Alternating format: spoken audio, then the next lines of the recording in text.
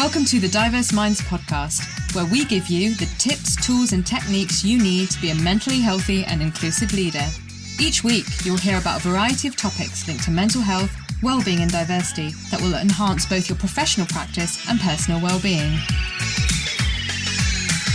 Welcome to the 254th episode of the award-winning Diverse Minds podcast. This month's theme is all about politics, especially as we've just had a general election. But before we start, have you watched my TEDx talk? It's all about the connection between culture, race, and mental health in the workplace. It's something you can watch in your break as it's just 12 minutes long.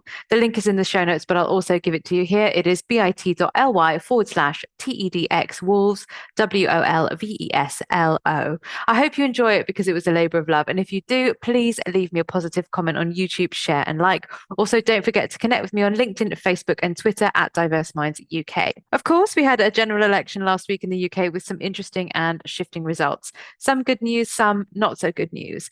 With feeling high, whether that's positive, negative, apathetic or neutral, this is likely to be brought into the workplace, especially as work and employment is shaped by government and therefore law. As always, I think it's vital to define what is it that we mean when referring to talking about politics, because if you think about it in a broad brush way, things like childcare costs, caring costs, social care, transport costs are essentially political, as how much support we do or don't get, how things are subsidized, the structures is decided by policy that government set. So that's not usually what we're referring to, but as always, definitions are really essential. But if we're thinking about in the light of a general election, and let's also be clear that I think it's around 70% of the world is voting this year. So we've just had the Indian elections. France also called a snap election. There have been elections in South Africa. So, and I'm missing many, many countries here. Of course, American elections are coming up on the 5th of November, and that seems to really influence what we do over here. I'm talking about the UK election specifically. It's fresh, it's relevant to us who live here. But of course, we have to remember we live in a global place. Workplaces are very global. And so what might it be okay to speak about if people don't know about a political context? So recently I had someone invite me to speak at an Indian government-sponsored event before the Indian elections. I said, thanks for thinking of me, but no thanks. I do not want to touch the Indian government right now with a barge pole. And they said, oh, that's really interesting. I didn't know. So you see, this is the thing. And yet if I'd said that to a workplace with predominantly maybe diaspora and Indian community from India, that might have gone down very, very differently. So how are we defining it? And it can be okay to talk about certain politics because it's not really very well known, whereas British politics, not so much. So as always, I've done a little bit of research on this and found a couple of articles that are interesting and useful to think about the context. So I am phrasing this, engaging this in terms of talking about who you voted for, what your political opinions are, and potentially things that might stir up, painful things for people and upset people, and also talking about things in a way that is inappropriate to build a professional community at work. So read.co.uk has some recruiter advice. Is it okay to talk about politics in the workplace? And they did a quick survey and they found that in their survey, 60% of respondents said that it was fine to talk about politics at work, that politics forms part of the daily conversations for about 20% of people. But the majority of UK workers don't think you should ask who someone is voting for. And 10% of employers had tried to influence the political beliefs of their staff. Now that I don't think is okay. So that is bizarre and that is interesting in some senses. I think there's a difference between talking about who you're going to vote for and your employees trying to influence you. Then there was a Forbes article, and again, this is based more on the US, but it's entitled Reasons to Never Talk Politics at Work. And it talks about some data from Glassdoor that found a majority, so 61% had engaged in political discussions at work. So, and that compared, if you look at the gender split, 67% of men compared with 54% of women saying that they'd had these conversations. This survey found that the age group most likely to talk politics are those 35 to 44, that was 60%, followed by those who are 25 to 34, which was 58%. And that was according to a survey by Resume Help. Interesting. I'm not so sure. I think in the UK, there have been some other things. And actually, Gen Z are far more likely to talk about politics at work. In fact, I had a really interesting discussion. I overheard a conversation on the street and I said, oh, yep, that is hilarious. And ended up having a long conversation with someone I didn't know. And they were definitely younger than me. And they said, oh, I didn't vote. I said, oh, okay. And they said, yeah, because there was no one I wanted to vote for. So there are interesting behaviors. And he was talking about his own dad and said, well, my dad's a baby boomer. And of course, even though ex-politicians political party's MP hadn't treated him very well, he still voted for them. Interesting. Right. Then I found a really good people management article about colleagues opposing political beliefs, what a poll shows. And it showed that nearly a fifth, so 17% of workers have fallen out with a colleague or manager over opposing political views. And this was a survey by Hi Bob following the UK general election announcement on that was taking place on the 4th of July. So this surveyed 2,000 UK employees and asked about their views around political expression in the workplace and if such discussions among colleagues should be accepted or even encouraged. And it found that 31% of employees felt uncomfortable expressing their opinions on politics at work, while there was a 19% annual jump in those who felt socio-political discussions should be kept out of workplaces because of their negative impact on company culture. Now, in this survey, they did find, interestingly, that 50% of Gen Z, and this was defined as 18 to 24-year-olds in the survey, thought respectful political discussion should be encouraged. And this age group also faced more conflict over political views in the workplace, with around a quarter, 24%, falling out with colleagues as a result. Fascinating stuff. So I really hope you're enjoying the content of this podcast and you want to keep up to date. If so, why not join my newsletter? When you join my mailing list, you'll receive a free copy of my white paper on inclusive language and mental health.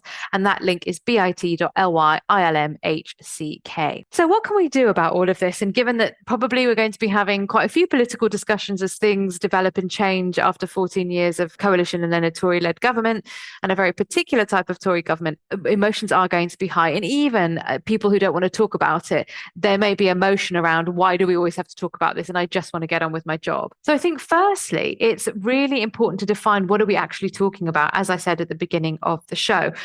We are probably not talking about it's really difficult for me to find parking in my local high street, but that is technically political because of decisions that have been made, the way land has been sold, the way councils need to raise money. If you connect the dots, that's probably not what we're talking about. So let's define what are we actually talking about. I do feel personally asking people you don't know well at all publicly in a public space in a workplace who they voted for and why is probably overstepping the mark. And, asking people these questions, well, how and why is it relevant?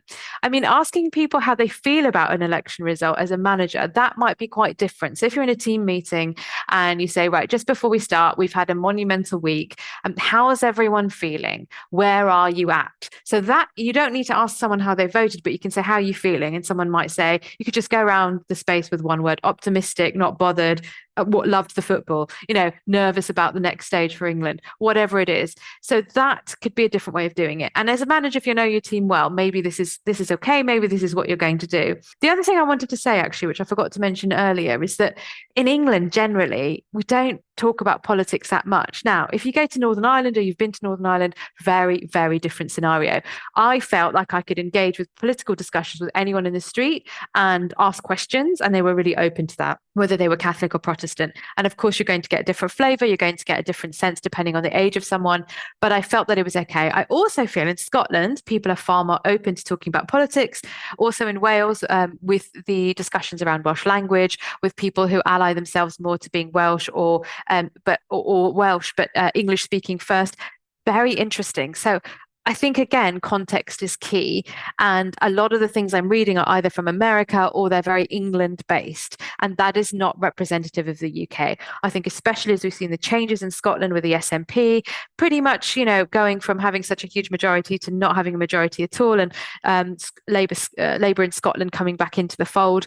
These are things that are important. And I think, Nicola Sturgeon was on ITV on election night. And I was quite shocked. And then they actually had to say, oh, there's a criminal investigation pending. These are things that really impact Scotland. And these are things that are on people's minds or they might want to talk about. So please remember that this is all in context. Whereas I feel in England, everyone feels desperately uncomfortable. And that's not really the case necessarily in the rest of the UK. All right. So the other thing I think is personally, how can you really stop discussions about politics? You can't tell people not to speak about it. And when they've done that in certain American workplaces, they've lost up to 40% of staff in a very short amount of time. So I don't think that's right. But I think what we can do is think about how do you manage the tensions? And I think particularly for me, at the forefront of my mind, in very big organizations and big corporates in particular, where you've got lots of people, people commuting in from different areas, people from all different walks of life. I think sometimes in smaller organizations, particular charities, people can be very aligned with values. So they'll have different lived experiences, but they might be aligned with values and be voting in a particular way. Think about the Brexit vote. So that was a very interesting one. So I think there will be tensions between people, for example, who have voted for reform, who are a legitimate political party in the eyes of the Electoral Commission. But the things that have been said by Nigel Farage over the last 15 years very publicly along the lines of misogyny, racism, ableism, etc., and then the things that have come out about him are going to be really painful for people. So managing that tension, and I think, again, people being really vehemently like, oh, I think Nigel is really straight talking and telling people how it is.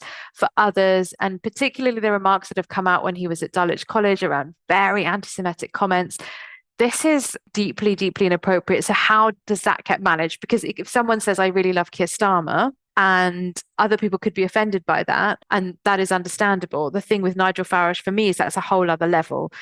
So how do you give equal weight to people feeling particular ways without it getting into a deep argument? So again, this is going to be interesting because, of course, we didn't have reform before. We did have UKIP. There was lots around people posting things on social media. How does that bring an organization potentially into disrepute? So managing those tensions or discussions, and if that is happening, then maybe it's a case of, we have a policy here where we don't talk about who we voted for, but we will be talking about how new government or policies will shape the organization and what we want to do. And the underlying thing is we have a professional working environment. And remember our rules on equity or positive communication, or whatever it is you have. There might also be people who are relieved but not ecstatic, given what happened with Diane Abbott, Faiza Shaheen, the comment about Bangladeshi boat people by Labour. So where do we hold space for that and not shut it down? And equally, you could argue, well, where do we hold space for people who support reform and not shut that down? And that is a really great question, and that is really interesting. So how do you want to do that? And equally, it is very akin to the Black Lives Matter 2020 movement. And remember, Black Lives Matter is 600 years old. It's not just from 2020. That was a really vital part of the movement, and key issues around, misogyny, around social care, all of those issues. How do we hold space for that? And there might be people who just aren't really sharing in the joy or aren't really that relieved. Some people saying, oh, I cracked open the fizz the minute the exit polls came out. Other people are like, well, yeah, I didn't really want the Tories, but I'm not over the moon. What about also, thinking about the independents that won and the perceptions? So I think 5 of the independents, not Jeremy Corbyn, were South Asian Muslim men, and misunderstandings and assumptions about, they are, and I don't want to say it, but the assumptions that we've had in this country for a really, really long time about particular South Asian Muslim men and not understanding the picture. And it could be that someone's not having a public discussion. Maybe they're having a private discussion and someone else overhears and they think that's really inappropriate. So what might be the mechanisms around reporting, and then having those discussions around actually, what you said, you thought you said it in private, someone overheard and they feel really upset about it. Just like you would with any topic, to be honest. But because this feels so fresh, I thought it might be something that would happen more than at other times when maybe people aren't following the news as closely. And of course, remember, many people have zero choice in terms of their identity. It's intrinsic. It's their intrinsic being that is being viewed as political, and that's not their fault. So someone could identify as part of the LGBTQIA community. They are a person. They have specific preferences and identities. They're not being political, as it were. But what are they meant to do? Switch themselves off? People might be talking about, it was London Pride or London Pride this weekend that they went to Pride. Now, is it seen as political? But yet every big company changes their logo to a rainbow flag. And yet if people are seeing it that way, how does that juxtaposition sit? But they can't switch themselves off. So it's really, really vital to think about that, and in terms of the professional working community and how people should get on. And I think it's how people want to work together as a team level, a department level, and an organization level, and have the mechanisms for support. I don't think banning is helpful, but I do think it's really useful to have an internal or at speed dial, have a mediation or restorative justice process ready at the first fizzle. This is not a last ditch attempt, which is how mediation is so often used. And that's not the way it should be used, but it should be used at the very first fizzle or conflict to try and bring this to the fore and resolve it. And I also don't think HR should be the police on this. It needs to be a cohesive joint decision about what do we support? What does it mean when we say professional working community? What does that look like? If people do want to talk about the election results, so who they voted for, where and how is the space for that? So if you want to get in touch about how I could help you with team coaching or working out what could be useful, don't forget I could absolutely help you with this. And my email is Leyla, Leyla @diverseminds.co.uk. As per last week, politics governs almost everything we do. Define what you mean when you say, if you want to say we do not talk about politics here, or, politics is uncomfortable, what exactly are you talking about when you mean that, when you say that, sorry. Shutting it down isn't helpful. It will make people feel censored. It will make people feel that they cannot express themselves, but focus rather on a positive professional community and go from there, and give teams flexibility to decide what may be best for them in the context of how they work together. So I really hope you've enjoyed the show. And if you have, please write me a review on Apple or Spotify, wherever you listen to your podcasts. And of course, I'd love to hear from you as listeners. To make this super easy, I've created a place online where you can leave me a voice note anonymously called SpeakPipe, or with your name if you choose. The link is in the show notes, but I'll also give it to you here. It is bit.ly/SPKPDMP. And the resources for today's episode are the Read article, Is It Okay to Talk About Politics in the Workplace? The Forbes article about compelling reasons to never talk about politics at work. Interesting. And the People Management article about opposing political beliefs, and the poll. So I hope you'll join me next time, where I'll be talking more about the subject. Until then, take care, everyone. And I really hope you're happy with the results in your area. And let's see what happens. I mean, I'm one of these people that I feel a little bit flat. I want to feel more hopeful, but let's see. I'm hoping some good things will come out of it. Pleased with some of the cabinet positions that have been set. And I guess we'll just keep a watching brief and see what happens. So take care, everyone. I look forward to you joining me in the next episode. Bye for now. Thanks for listening to the Diverse Minds podcast. Don't forget to subscribe on Apple Podcasts, Spotify, or wherever you access your podcasts from.